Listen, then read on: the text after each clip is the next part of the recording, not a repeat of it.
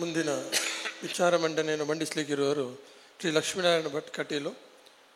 ಇವರು ತಾಳಮದ್ದಳೆಯಲ್ಲಿ ಕಂಡುಬರುತ್ತಿರುವ ಗುಣಾತ್ಮಕ ಹಾಗೂ ದೋಷಪೂರ್ಣ ಪಲ್ಲಟಗಳು ಈ ವಿಚಾರದ ಕುರಿತಾಗಿ ಅವರು ತಮ್ಮ ವಿಚಾರವನ್ನು ಮಂಡಿಸಲಿಕ್ಕಿದ್ದಾರೆ.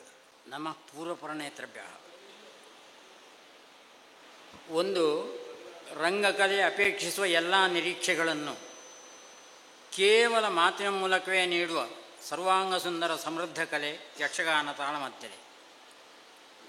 ಇಲ್ಲಿ ನೃತ್ಯವಿಲ್ಲ, ವೇಷಭೂಷಣಗಳಿಲ್ಲ, ದೃಶ್ಯಾವಳಿಗಳಿಲ್ಲ. ಆದರೂ ತಾಳಮದ್ದಳೆ ಮುಗಿದಾಗ ಒಂದು ಪರಿಪೂರ್ಣ ರಂಗ ಪ್ರದರ್ಶನವನ್ನು ಕಂಡ ಸಾರ್ಥಕ್ಯದ, ಸಂತಸದ, ತೃಪ್ತಿಯ ಅನುಭವವನ್ನು ಮಾತ್ರವಲ್ಲದೆ ಮರುದಿನ ಇಡೀ ಅದೇ ಗುಂಗಿನಲ್ಲಿ ವಿವರಿಸುವಂತಹ ಅನುಭವವನ್ನು ಕೊಟ್ಟ ಕಲೆ. ನಾನು ಇದನ್ನು ಅನುಭವಿಸಿದವನೇ ಹೌದು. ತಾಳಮದ್ದಳೆಯ ಚರಿತ್ರೆ ಎಲ್ಲಿಂದ ಆರಂಭ ಆಯಿತು ಎನ್ನುವುದರ ಬಗ್ಗೆ ನನಗೇನು ಹೆಚ್ಚು ಮಾಹಿತಿ ಇಲ್ಲ. ಅದೆಲ್ಲ ಪ್ರಭಾಕರ್ ಜೋಶಿ ಅವರ ಹತ್ರ ಕೇಳಬೇಕಷ್ಟೆ. ಆದರೆ ನಾನು ಹೇಳೋದು ಇಷ್ಟೇ, ನನ್ನ ಅನುಭವದಲ್ಲಿ ತಾಳಮದ್ದಳೆ ಹೇಗೆ ಎನ್ನುವುದರ ಬಗ್ಗೆ ಮಾತ್ರ ನಾನು ಹೇಳಲಿಕ್ಕೆ ಇಚ್ಛಿಸ್ತೇನೆ. ಸುಮಾರು 50 ವರ್ಷಗಳಷ್ಟು ಕಾಲ ತಾಳಮದ್ದಳೆಯನ್ನು ಶ್ರೋತೃವಾಗಿ ಕಲಾವಿದನಾಗಿ ಭಾಗವಹಿಸಿದ ನನ್ನ ಅನುಭವವನ್ನು ನಾನು ಇಲ್ಲಿ ಹಂಚಿಕೊಳ್ಳಲಿಕ್ಕೆ ಬಯಸ್ತೇನೆ. ಈಗ ನನಗೆ ಕೊಟ್ಟಂತಹ ಒಂದು ವಿಷಯ ತಾಳಮದ್ದಳೆಯಲ್ಲಿ ಕಂಡು ಬರುತ್ತಿರುವಂತಹ ಗುಣಾತ್ಮಕ ಹಾಗೂ ದೋಷಪೂರ್ಣ ಪಲ್ಲಟಗಳು ಅಂತ. ಪ್ರಪ್ರಥಮವಾಗಿ ನಾನು ಜನರಲೈಸ್ ಮಾಡದೆ ಅದನ್ನು ಒಂದು ಪರ್ಟಿಕ್ಯುಲರ್ ಆಗಿ ಹೇಳುವಂತಹ ಪ್ರಯತ್ನವನ್ನು ಮಾಡ್ತೇನೆ. ಈ ಗುಣಗಳನ್ನು ಹೇಳುವುದಿದ್ದರೆ ಅಲ್ಲಿ ಬಹುಶಃ ಪ್ರಪಂಚದಲ್ಲಿ ಇಂತಹ ಕಲೆ ಇಲ್ಲ ಅಂತ ನನ್ನ ಅನ್ನಿಸಿಕೆ. ಇನ್ನು ಉಂಟ ಏನೋ ಗೊತ್ತಿಲ್ಲ. ಮಾತಿನ ಮೂಲಕವೇ ಸರ್ವಸ್ವವನ್ನೂ ನಮಗೆ ಕೊಡುವಂಥದ್ದು, ಅದು ರಸವನ್ನಾಗಲಿ, ವಿದ್ವತ್ತನ್ನಾಗಲಿ, ಅಥವಾ ಸಂದರ್ಭ ಸೃಷ್ಟಿಯನ್ನಾಗಲಿ ಎಲ್ಲವನ್ನು ಕೊಡುವಂತಹ ಒಂದು ಕಲೆ ಇರುವುದು ಇದು ಬಹುಶಃ ತಾಳಮದ್ದಳೆ ಮಾತ್ರ. ನಾನು ಈ ಹಿಂದೆ ಹೇಳಿದ್ದೇನೆ, ಈಗ ML ಸಾಮಗ್ರಿಗೆ ಎಲ್ಲ ಗೊತ್ತುಂಟು. ಒಂದು ಭಾಳ ಹಿಂದೆ ನಾವು ಉಡುಪಿಯಲ್ಲಿ ಉದ್ಯಾವರ ಮಾಧವಾಚಾರ್ಯ ಒಂದು ಪ್ರಯೋಗ ಮಾಡಿದ್ದರು. ಬೆಳಿಗ್ಗೆ ಸತ್ಯ ಹರಿಶ್ಚಂದ್ರ ತಾಳಮದ್ದಳೆ, ಮಧ್ಯಾಹ್ನ ಸತ್ಯಾಯನ ಹರಿಶ್ಚಂದ್ರ ಅಂತ ವಿದ್ಯಾವರ ಮಾಧವಾಚಾರ್ಯರ ರೂಪಕ, ಸಾಯಂಕಾಲ ಮಹಾಬಲಗಡೆ, ಗಜಾನ್ಯಗಡೆ ಇವರೆಲ್ಲ ಇದ್ದಂತಹ ಅಷ್ಟು ದೊಡ್ಡ ಸಟ್ಟಿನ ಯಕ್ಷಗಾನ ಸತ್ಯ ಹರಿಶ್ಚಂದ್ರ ಪ್ರಸಂಗ. ಅದು ಏನು ಅಂತ ಗೊತ್ತಿಲ್ಲ. ಅಂತೂ ಆ ದಿವಸ ನನಗೆ, ಯಾಕಂದರೆ ನನ್ನ ಹತ್ರ ಉದ್ಯಾವರ ಮಾಧವಾಚಾರ್ಯ ಸ್ವತಃ ಹೇಳಿದ್ದಂತೆ, ಎಂಥ ಅದ್ಭುತ ಮಾರ್ರೆ, ಈ ಮೂರರಲ್ಲಿ ಕಂಪೇರ್ ಮಾಡಿದಾಗ ತಾಳಮದ್ದಳೆಯ ಮೇಲೆ ಬಿದ್ದು ಹೋಗಿ ಅತ್ಯಂತ ಇದಾಯ್ತಲ್ಲ ಅಂತ. ಬಹುಶಃ ಇದು ಆ ದಿವಸದ ಸಾಮಗ್ರಿಗೆಲ್ಲ ಗೊತ್ತು.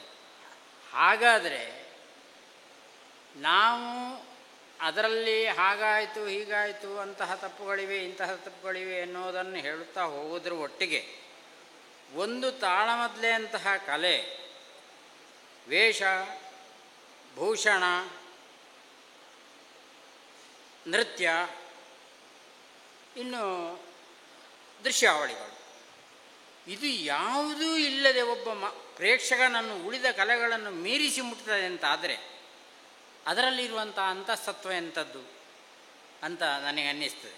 ಯಾಕಂದರೆ ನಾನು ಬಹಳ ಹಿಂದಿನಿಂದ ಕೇಳಿದವ, ನಾನು ಬಹಳ ಚಿಕ್ಕಂದಿನಿಂದ ಕಟೀಲಿನಲ್ಲಿ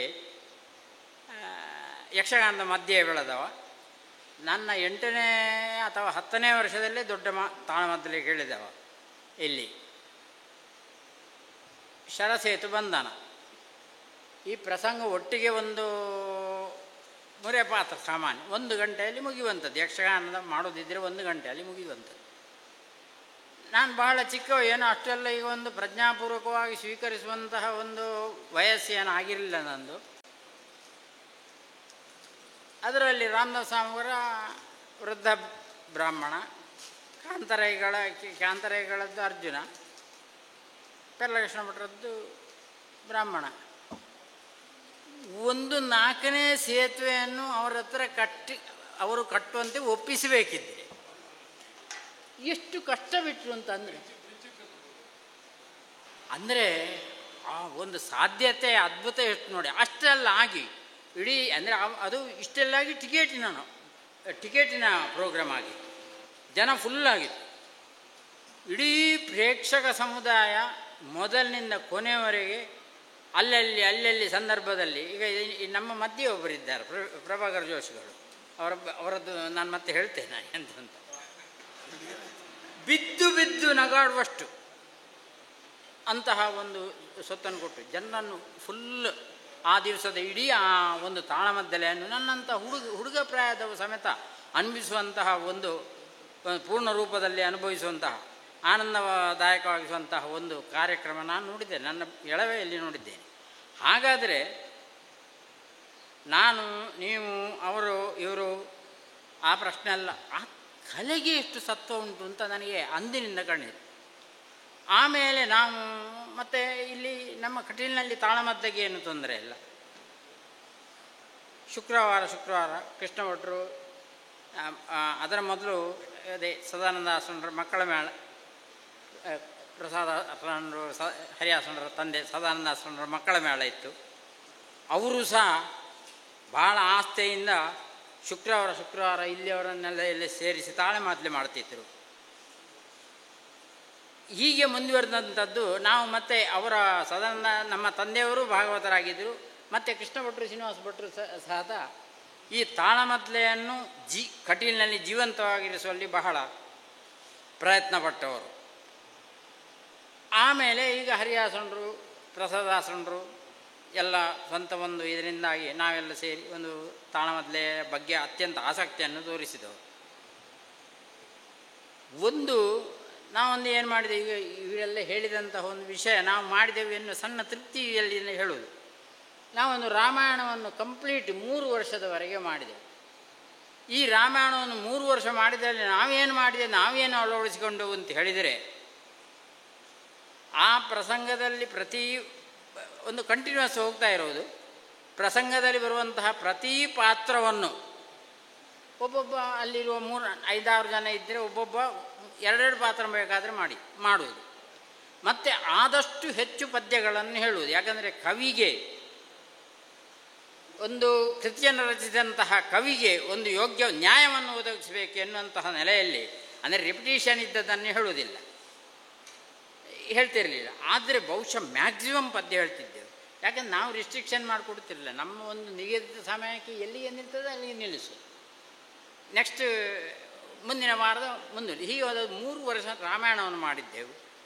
ಹಾಗೆ ಮಹಾಭಾರತವನ್ನು ನಾವು ಬ್ರಹ್ಮಗಪಾಲದಿಂದ ಆರಂಭಿಸಿ ಮತ್ತೆ ಅದು ಬೇರೆ ಬೇರೆ ಮತ್ತೆ ಕೊನೆಗಾಗುವಾಗ ಅವರವರ ತಾಪತ್ರಯದಿಂದಾಗಿ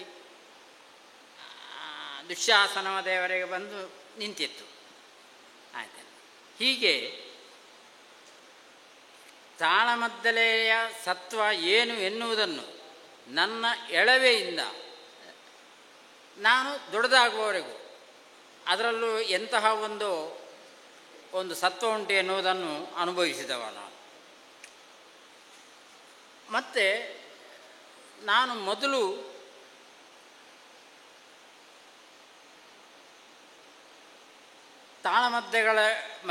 ಮದ್ದಳೆಯಲ್ಲಿ ಭಾಗವಹಿಸಿದಾಗ ಇದ್ದಂತಹ ಒಂದು ಪೂರ್ಣ ರೂಪದ ಪಾರ್ಟಿಸಿಪೇಷನ್ ಈಗ ನನಗೆ ಕಾಣ್ತಾ ಇಲ್ಲ.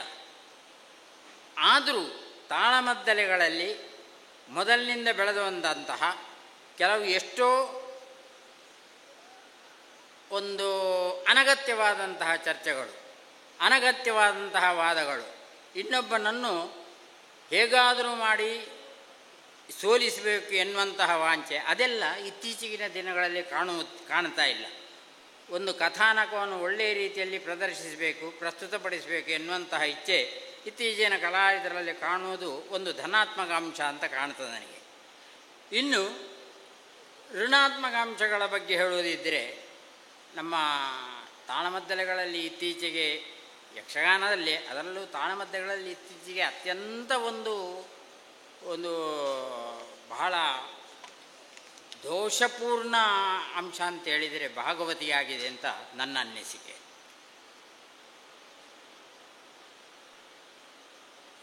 ಈಗ ತಾಳಮದ್ದಲೆಯಲ್ಲಿ ನೋಡಿ ಚಿಂತನಶೀಲತೆಯೂ ಉಂಟು, ಆಮೇಲೆ ಒಂದು ಪುರಾಣ ಪ್ರಸಂಗದ ಒಂದು ವಿಮರ್ಶೆಯೂ ಉಂಟು, ಎಲ್ಲವೂ ಉಂಟು. ಅದು ಹಿಂದೆ ಹೇಗಿತ್ತ ಬೇರೆ ರೂಪದಲ್ಲಿರ್ಬೋದು, ಅದು ಯಾವುದೇ ಪಲ್ಲವಟ್ಟನ್ನು ಹೊಂದದೆ ಅತ್ಯಂತ ಸ್ಫೂರ್ತಿದಾಯಕವಾಗಿ ಪ್ರಸ್ತುತ ಸಂದರ್ಭಕ್ಕೆ ಅನುಕೂಲವಾಗುವಂತಹ ವಿಷಯದಲ್ಲಿ ಈಗಿನ ಕಲಾವಿದರಿಂದಲೂ ಪ್ರದರ್ಶನಗೊಳ್ತಿದ್ದೆ. ಆದರೆ ಭಾಗವತಿಗೆ ಎನ್ನುವುದು ಅತ್ಯಂತ ರಸಾತಲವನ್ನು ಸೇರಿದೆ ಅಂತ ನನಗನ್ನಿಸ್ತದೆ.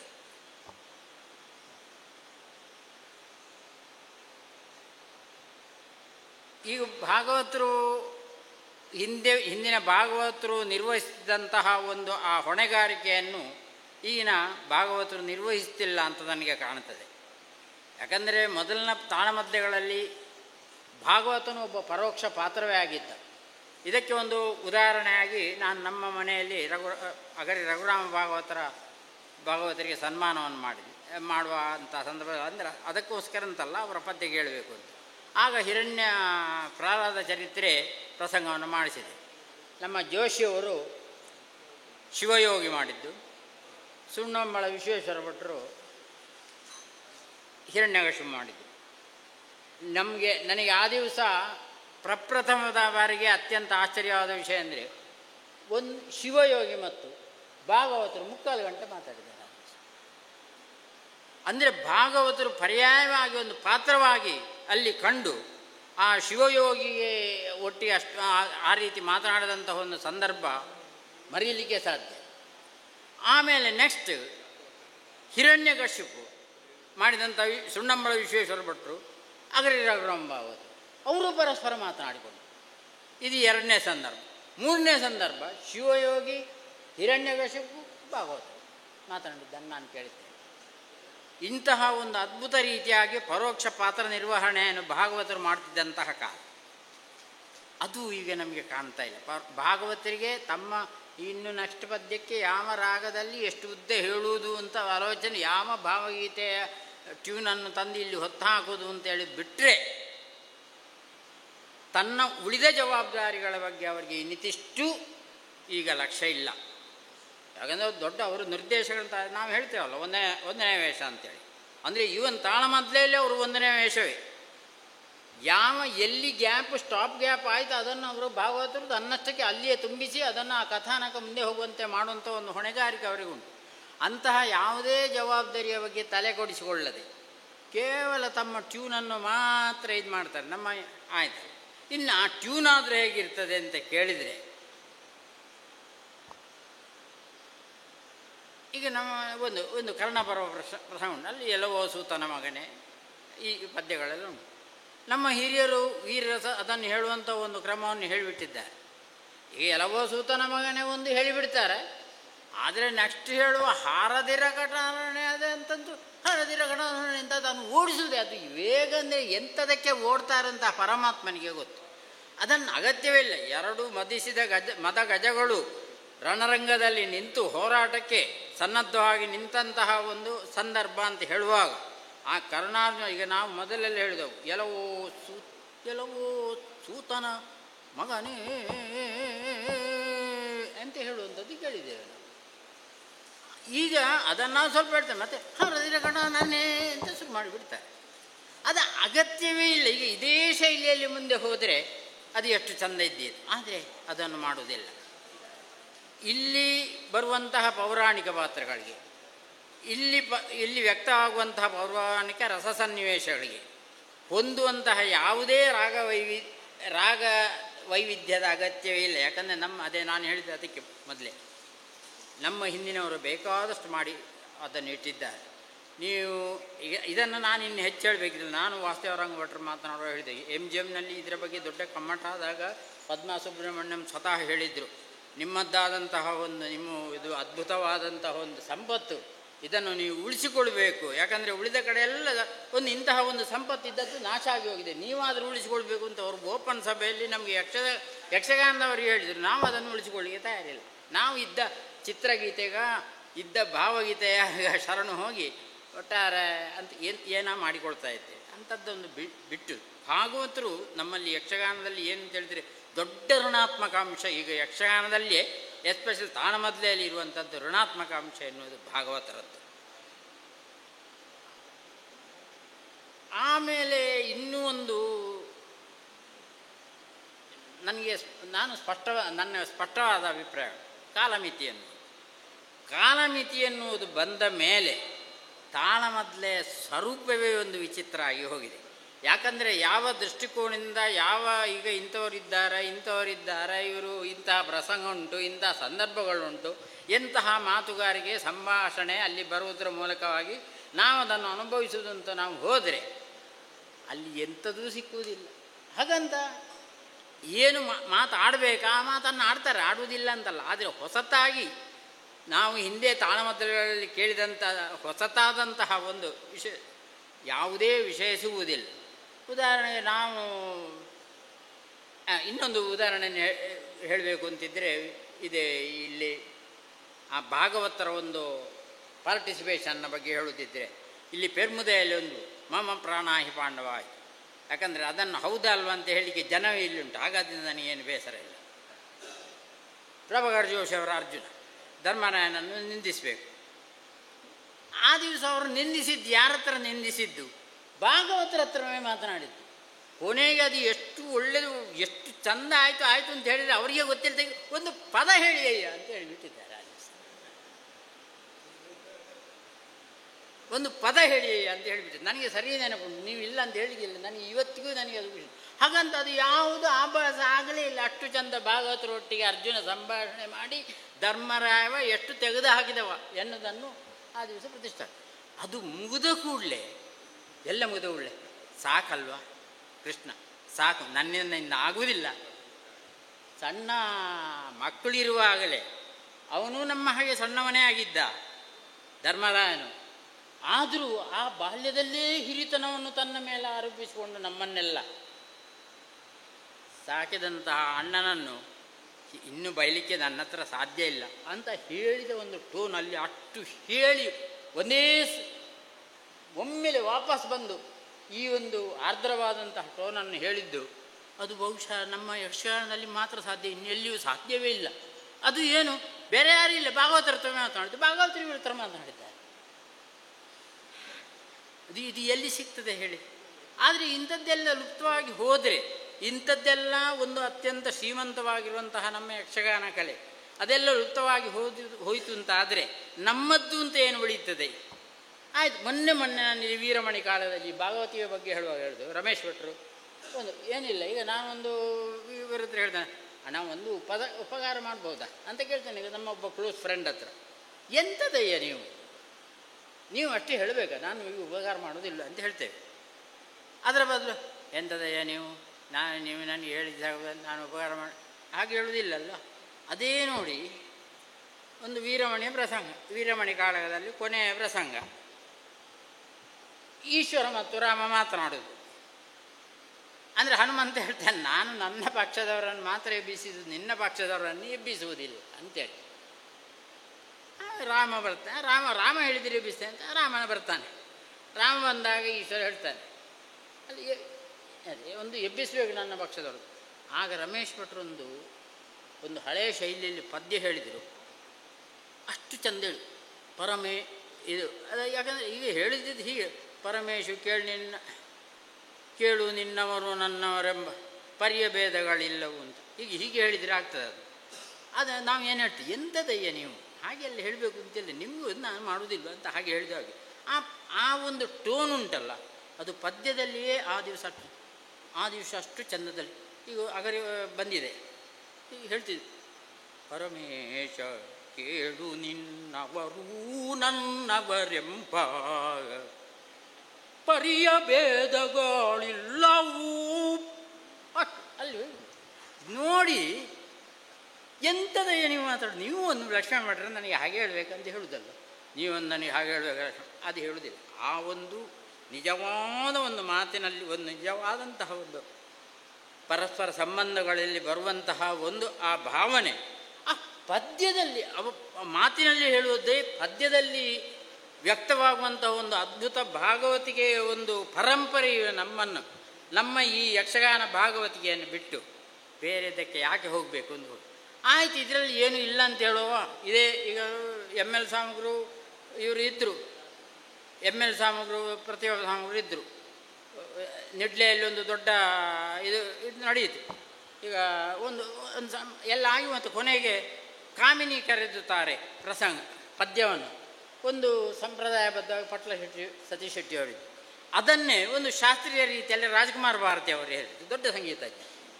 ಅವರು ಆಮೇಲೆ ಕೊನೆಗೆ ಹೇಳಿದರು, ನಿಮ್ಮ ಇದು ಹೇಳುವಂತಹ ಇದು ಅದ್ಭುತವಾಗಿ ಉಂಟು ಅಂತೇಳಿ. ಇದನ್ನು ನಾನು ರಾವತೇವರಂಗ ಭಟ್ರ ಅಂತ ಹೇಳಿದೆ. ಅದು ಎಮ್ನಲ್ಲೂ ಅದೇ ಮಾತು ಬಂದಿತ್ತು. ಹಾಗಿರುವಾಗ ಅಂತಹ ಒಂದು ಶ್ರೀಮಂತ ಇದನ್ನು ನಾವು ಯಾಕೆ ಬಿಡಬೇಕು, ನಾವು ಯಾಕೆ ಹೊಸದಕ್ಕೆ ಹೋಗಬೇಕು? ಆದ್ದರಿಂದ ಭಾಗವತಿಯನ್ನು ಅದೇ ನಮ್ಮ ಗುರುರಾಜ ಮಾನಪಳ್ಳಿ ಹೇಳೋದು ಯಾವಾಗಲೂ ಯಕ್ಷಗಾನ ಅಲ್ಲ ಕ್ಷಯಗಾನ ಅಂತ ಹೇಳ್ಕೊಂಡು, ಹಾಗೆ ಆಗಬಾರ್ದು, ಹಾಗೆ ಆಗದೇ ಇರುವಂಥ ಒಂದು ಇರಲಿ ಅಂತೇಳಿ. ಮತ್ತು ಮತ್ತೊಂದು ಇನ್ನೊಂದು ಈ ಕಾಲಮಿತಿಯಾನ್ಯ ಬಂದ ಆ ಪ್ರಸಂಗ ಒಂದು ಎಲ್ಲಿ ನೋಡಲಿ ಎಂಥದ್ದು 70 ಪ್ರಸಂಗಗಳು 80 ಪ್ರಸಂಗ ಅದೇ ಪಠ್ಯ ಪುಸ್ತಕ ಇರೋದು. ಈಗ ನಾವೆಲ್ಲ ಮೊದಲೇ ಹೇಗೆ ಮಾಡ್ತಿದ್ದೇವೆ ಅಂತ ಫುಲ್ಲು ಪ್ರಸಂಗಗಳನ್ನು ಆಯ್ದು ನಾವೇ ಕೂತಾಗ ನಮಗೆ ಏನು ಅನ್ನಿಸ್ತದೆ. ಯಾಕಂದರೆ ಯಕ್ಷಗಾನದಲ್ಲಿ ಎಷ್ಟು ಒಂದು ಸಮಷ್ಟಿ ಕಲೆಯು ಅಷ್ಟೇ ವ್ಯಷ್ಟಿ ಕಲೆಯೂ ಹೌದು. ನಮ್ಮದ್ದಾದಂತಹ ಒಂದು ಕೊಡುಗೆಯೂ ಅಲ್ಲಿ ಭಾಳಷ್ಟು ಬೆಲೆ ಇರ್ತದೆ. ಹಾಗಿರುವಾಗ ನಾವು ಪ್ರಸಂಗಗಳನ್ನು ಆರಿಸುವಾಗ ಪ್ರಸಂಗವನ್ನು ಮೊದಲು ಅಭ್ಯಸಿಸಿ ಮತ್ತು ನಾವು ಈ ದಿವಸ ಯಾವ್ಯಾವ ಪದ್ಯವನ್ನು ಹೇಳಿ ಅದಕ್ಕೆ ಅರ್ಥವಿಸಬೇಕು ಅಂತ ಹೇಳಿದ್ದನ್ನು ನಾವು ತೀರ್ಮಾನ ಮಾಡ್ತಿದ್ದೆವು. ಅದು ಬಿಟ್ಟು ಈಗ ನಿಘಂಟು ಇಂತಿಷ್ಟು ಪದ್ಯ ಮಾತ್ರ. ಇನ್ನು ಮುಂದೆ ಒಂದು ಕಾಲಕ್ಕೆ ತಾಮ್ರಧ್ವಜ ಯಾವುದು ಈಗ ಉದಾಹರಣೆ ಸುಧನ್ವಾರ್ಜನದಲ್ಲಿ ಎಲ್ಲ ಬಿಟ್ಟು ಕಂಡುಪುಳಗೋತ್ಸವದ ಪದ್ಯವೇ ಇಲ್ಲ ದೇವರದೇ. ಇನ್ನು ಭೀಷ್ಮಾರ್ಜುನದಲ್ಲಿ ಹಾಗೆ ಉಂಟು, ಕೆಲವು ಬೇಕಾದ ಪದ್ಯವೇ ಇಲ್ಲ. ನಾವು ಒಂದು ಕಾತರತೆಯಿಂದ ಒಂದು ಸಿದ್ಧ ಮಾಡಿಕೊಂಡು ಹೋದಾಗ ಆ ಪುಸ್ತಕದಲ್ಲಿ ಆ ಪದ್ಯ ಇಲ್ಲ. ಎಂತ ಮಾಡೋದು ಗ್ರಾಚಾರ?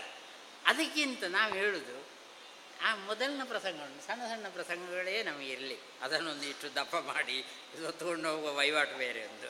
ಅದಕ್ಕಿಂತ ಸಣ್ಣ ಸಣ್ಣ ಪುಸ್ತಕಗಳೇ ಇದ್ದು ಅದರಲ್ಲಿ ಅವನಿಗೆ ಪದ್ಯಗಳನ್ನು ಹೇಳುವಂಥ ಒಂದು ಪ್ರವೃತ್ತಿ ಬೆಳೆಯಬೇಕು. ಮತ್ತು ಇನ್ನೊಂದು ಅದು ಆವಾಗ ಹೇಳಿದಾಗೆ ಈಗ ಅಗರ್ಯವರ ಆ ದಿವಸ ಹೇಳುವಾಗ ಪದ್ಯ ಬ್ಯಾಬಟ್ ಹೇಳಿದ್ದು ಅವರೇನು ಪುಸ್ತಕ ನೋಡಿಕೊಂಡು ಹೇಳಿದ್ದಲ್ಲ. ಆದ್ದರಿಂದ ಆ ದಿವಸ ಆದ ಅನುಭವ ಏನು ಹೊತ್ತು ಅಂತ ಹೇಳಿದರೆ, ಈಗ ಸಾಮಾನ್ಯವಾಗಿ ಪಾತ್ರಧಾರಿ ಒಂದು ಸೂಚಿಸುವಂತಹ ಪದ್ಯಗಳನ್ನು ಈಗ ಭಾಗವತರು ಹೇಳುವುದು. ಆ ದಿವಸ ಅಲ್ಲ, ಹೊಸ ರೀತಿ ಅವರು ಹೇಳಿದ ಪದ್ಯಗಳಿಗೆ ಪಾತ್ರಧಾರಿಗಳ ಅರ್ಥ ಹೇಳಿ ನಮ್ಮ ಮನೆಯಲ್ಲಿ. ಇದು ನನ್ನ ಅನುಭವ. ಅದು ಶಿವಯೋಗಿ ಆಗಿರಲಿ ಅಥವಾ ಹಿರಣ್ಯಕಶಿಪು ಆಗಿರಲಿ, ಇದು ಒಂದು ಭಾಗವತನಲ್ಲಿರುವಂತಹ ಒಂದು ದೊಡ್ಡ ಗುಣ, ಇತ್ತೀಚೆಗೆ ನಾವು ಕಾಣದೇ ಇರುವಂಥದ್ದು. ಮತ್ತು ಇನ್ನೊಂದು ಅದೇ ನಾನು ಹೇಳೋದು, ಆ ಒಂದು ಸಿಲೆಕ್ಟೆಡ್ ಪದ್ಯಗಳುಂಟಲ್ಲ, ಇದು ಮುಂದೆ ಇನ್ನೊಂದು ಕಾಲಕ್ಕೆ ಅದೇ ಪಠ್ಯ ಅಂತ ಆಗಿ ಓದಿತ್ತು. ಬಾಕಿದ್ದು ಪ್ರಸಂಗ ಕರ್ತರು ಬರೆದಂತಹ ಉಳಿದ ಪದ್ಯಗಳೇ ಅಲ್ಲ ಅಂತ ಆಗುವಂಥ ಸ್ಥಿತಿ ಉಂಟು. ಅದೊಂದು ನಿಂತು ನಾವು ಇನ್ನೂ ಒರಿಜಿನಲ್ ಆಗಿ ನಮ್ಮದಾಗ ಆ ಒರಿಜಿನಲ್ ಪ್ರಸಂಗಗಳಲ್ಲಿ ಏನುಂಟು ಅದನ್ನೇ ಆಧಾರವಾಗಿ ಇಟ್ಟುಕೊಂಡು ನಮಗೆ ಯಾವುದನ್ನು ಯಾವ ರೀತಿಯಲ್ಲಿ ಪ್ರಸ್ತುತಪಡಿಸುವಂತಹ ಒಂದು ಇಚ್ಛೆ ಬರ್ತದೆ, ಸಾಧ್ಯತೆಗಳು ಉಂಟು, ಅದನ್ನು ಆ ರೀತಿಯಾಗಿ ಮಾಡುವುದು ಒಳ್ಳೆಯದಂತ. ಮತ್ತು ಇತ್ತೀಚೆಗೆ ಇನ್ನೊಂದು ಮೈನಸ್ ಪಾಯಿಂಟ್ ಅಂತ ಹೇಳಿದರೆ, ನಮಗೆ ಮೊದಲೆಲ್ಲ ನಾವು ತಾಳಮದ್ದಲೆ ಮಾಡುವಾಗ ಎಲ್ಲರಿಗೂ ಹೇಳ್ತಿದ್ದೆವು, ಅಂದರೆ ನಾವು ಕಲಿಯುವ ಹಂತದಿಂದ ಆರಂಭಿಸಿ ಬಂದೆ, ಯಾವ ಪಾತ್ರವೇ ಆಗಲಿ ಪೀಠಿಗೆ ಹೇಳಬೇಕು ಅಂತೇಳಿ. ಒಂದು ಪೀಠಿಗೆ, ಈಗ ಮೊದಲಿನಿಂದ ನಾನು ಗಮನಿಸಿದಾಗೆ, ಒಂದು ಪೀಠಿಗೆ ಎನ್ನುವುದು ಅವನ ಆ ದಿನದ ಪಾತ್ರ ಮುಗಿಯುವ ಕೊನೆಯವರೆಗಿನ ಅವನ ವಾದವೈಖರಿಯಾಗಲಿ, ಅವನ ಇಡೀ ಪಾತ್ರದ ಚಿತ್ರಣವನ್ನಾಗಲಿ ಎಲ್ಲವನ್ನು ಅದಕ್ಕೊಂದು ಬೇಲಿ ಹಾಗೆ ಮಾಡಿಟ್ಟುಕೊಂಡು ಪೀಠಿಗೆಯನ್ನು ಹೇಳುವಂಥ ಕ್ರಮ. ಈ ಪೀಠಿಗೆಯನ್ನು ಕೇಳುವುದೇ ಒಂದು ಸುಂದರವಾದಂತಹ ಅನುಭವ ಆಗ್ತಿತ್ತು. ಇತ್ತೀಚೆಗೆ ದಿನಗಳಲ್ಲಿ ಅಂತಹ ಪೀಠಿಗೆಗಳೇ ಕಾಣ್ತಾ ಇಲ್ಲ. ಆ ಪೀಠಿಗೆಗಳ ಬಗ್ಗೆ ಪ್ರತಿಯೊಂದು ಪಾತ್ರಕ್ಕೂ ತನ್ನದೇ ಆದಂತಹ ಪೀಠಿಗೆಗಳನ್ನು ಹೇಳುವಂತಹ ಸಂಪ್ರದಾಯವನ್ನು ಈಗ ಸ್ವಲ್ಪ ಹೇಳ್ತಾರೆ, ಆದರೂ ಮೊದಲು ಹೇಳಿದ ರೀತಿಯಲ್ಲಿ, ಅಂದರೆ ಆ ದಿವಸ ಪ್ರತಿ ಅರ್ಥಧಾರಿ ಏನು ಪ್ರಶ್ನೆ ಕೇಳಿದರೂ ಆವಾಗ ಅವನ ಪೀಠಿಗೆಯಲ್ಲೇ ಉತ್ತರ ಇರ್ತಿತ್ತು. ಅದು ಮೊದಲನವರ ಪೀಠಿಗೆಯಲ್ಲಿದ್ದ ವೈಶಿಷ್ಟ್ಯ. ಅಂತಹ ಒಂದು ಪೀಠಿಗೆಯ ಭಾಗವೂ ಆಗಬೇಕು. ಹೀಗೆ ಗುಣಾತ್ಮಕ ಅಂಶಗಳುಂಟು, ದೋಷಾತ್ಮಕ. ಅದೇ ನಾನು ಹೇಳಿದೆ, ನನಗೆ ಕಾಣೋದು ದೋಷ ಇರೋದು ದೊಡ್ಡದು ಭಾಗವತಿಕೆಯಲ್ಲಿ. ಭಾಗವತಿಕೆಯಿಂದ ಯಕ್ಷಗಾನಕ್ಕೆ ಏನೂ ಸಿಗ್ತಾ ಇಲ್ಲ, ಈಗ ಯಾವ ಸಪೋರ್ಟು ಸಿಗ್ತಾ ಇಲ್ಲ ಆಯ್ತಲ್ಲ. ಅಂಥ ಒಂದು ಭಾಗವತಿಕೆಯಲ್ಲಿ ನಮ್ಮದು ರಿಪೇರಿ. ಮತ್ತು ಈ ಪ್ರಸಂಗಗಳನ್ನು ಆಯ್ದು ಇಷ್ಟು ಅಂಥದ್ದು ನಿಲ್ಲಬೇಕು ಅಂತ ಹೇಳಿ ನನ್ನ ಎರಡು ಮಾತು ಮುಗಿಸ್ತೇನೆ.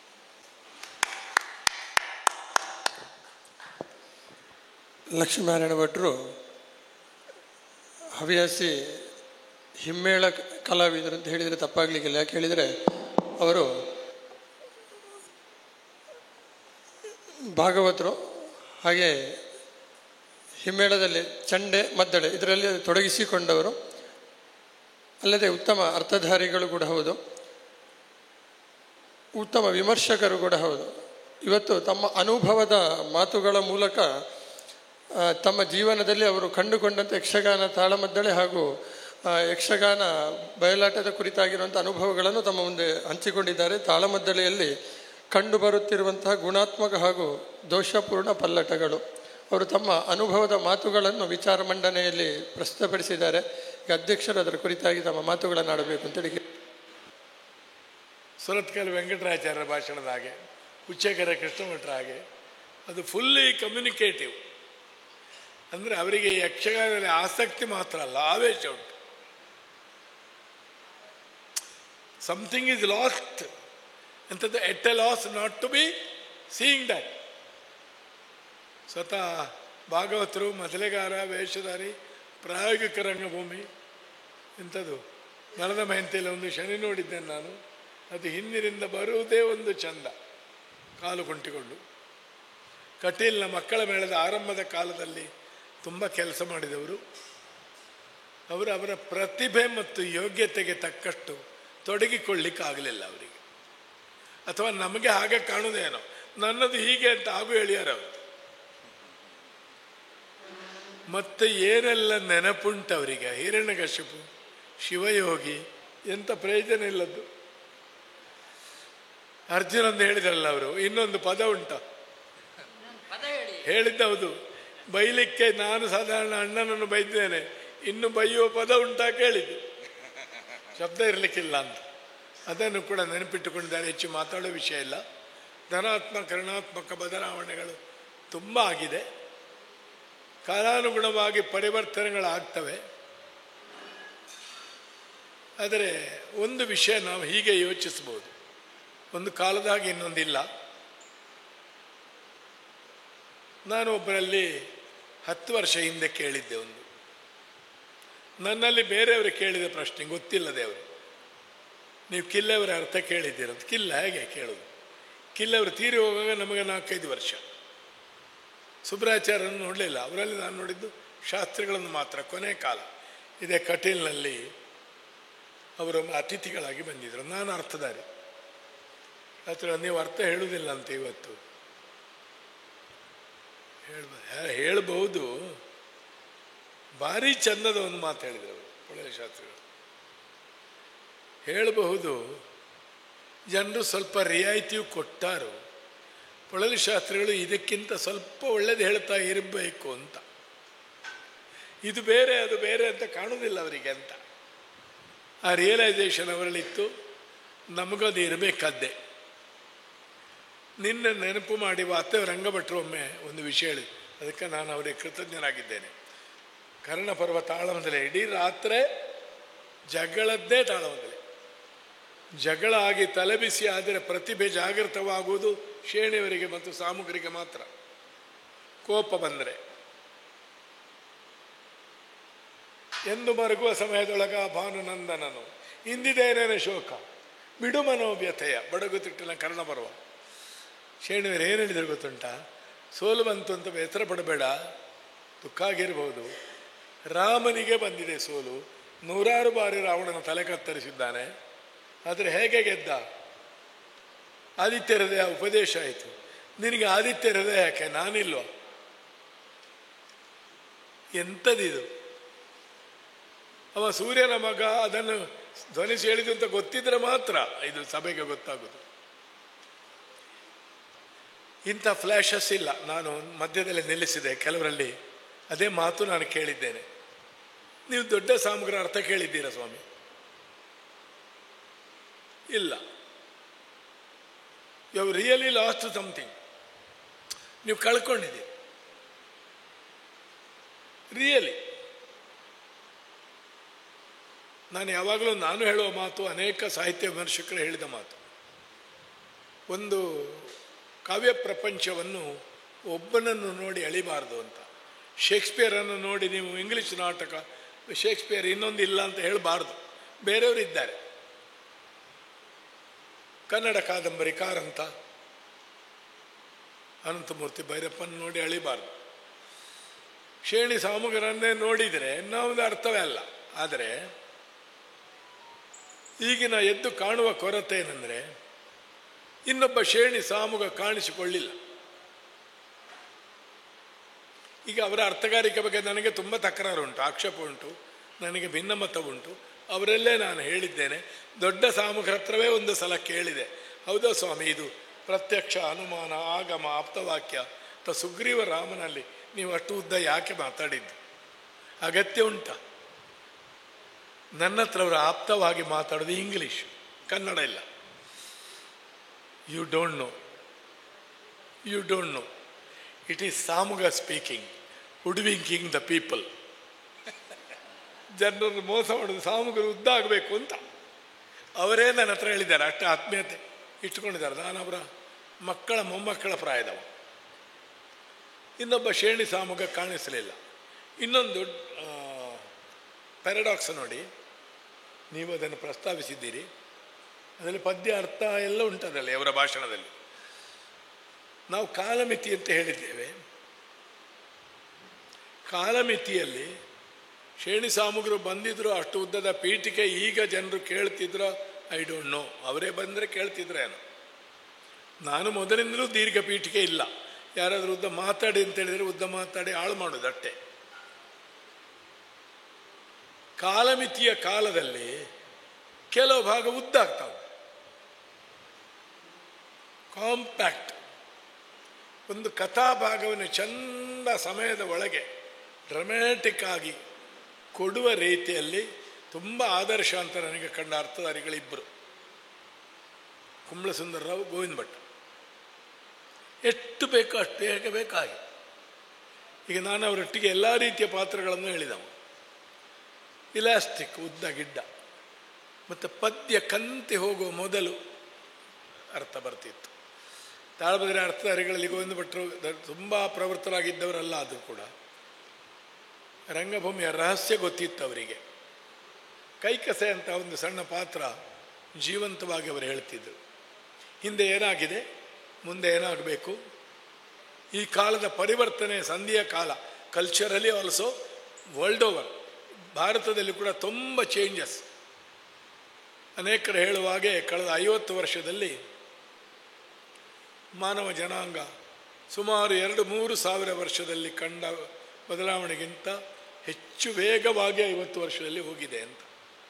ಈ ಕಾಲದಲ್ಲಿ ಸಾಂಸ್ಕೃತಿಕ ಕ್ಷೇತ್ರದಲ್ಲಿ ಪ್ರವೃತ್ತರಾಗಿರುವುದು ಎಲ್ಲ ನಮಗೆ ಸರಿ ಮಾಡಲಿಕ್ಕೆ ಆಗ್ತದಂತಲ್ಲ, ನಾವು ಅದರಲ್ಲಿ ಇನ್ವಾಲ್ವ್ ಆದ್ದರಿಂದ ಯೋಚಿಸಬೇಕಾದ ವಿಷಯ. ಒಳ್ಳೆಯ ಭಾಷಣಕ್ಕಾಗಿ ಅನುಭವಪೂರ್ಣ ಭಾಷಣವಲ್ಲದ ಭಾಷಣ ಮಾತಾಡೋದು. ಅದಕ್ಕಾಗಿ ಲಕ್ಷ್ಮಣ ಭಟ್ರು ಹಾರ್ದಿಕವಾಗಿ ಅಭಿನಂದಿಸ್ತೇನೆ.